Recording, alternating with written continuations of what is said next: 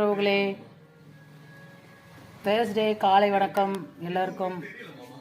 இப்போ வந்து சமையல் செஞ்சாச்சு, காட்டுறேன் பாருங்க. சுட சுட சாதம், சுடான சாதம், அப்புறம் வெந்தய குழம்பு, நன்னா ஒரு வெந்தய குழம்பு,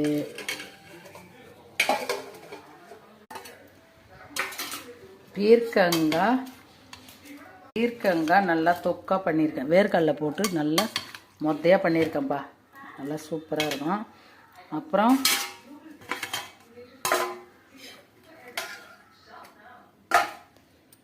இது பீர்க்கங்காய் தோல் இருக்கு இல்லையா, அது கருவேப்பிலை, இஞ்சி, பூண்டு, அப்புறம் வந்து இது காஞ்ச மிளகா, உளுத்தம் பருப்புலாம் வச்சு துவையில் அரைச்சிருக்கேன்ப்பா. இப்போ தோசைக்கு தொட்டுக்கிறதுக்கு சட்னி, நல்ல ஒரு கெட்டி சட்னி அரைச்சிருக்கேன். தேங்காய் உடச்ச கடல சட்னி. ஓகேவா? தோசை ஊற்றிட்டுருக்கேன். தோசை ஊற்றிருக்கேன். அவ்வளோதான் நம்ம வீட்டில் சமையல். வாங்க சாப்பிட்லாம். உங்கள் வீட்டில் என்ன சமையல் மறக்காமல் கமெண்ட் பண்ணுங்கள். மறக்காமல் கமெண்ட்டை போடுங்க.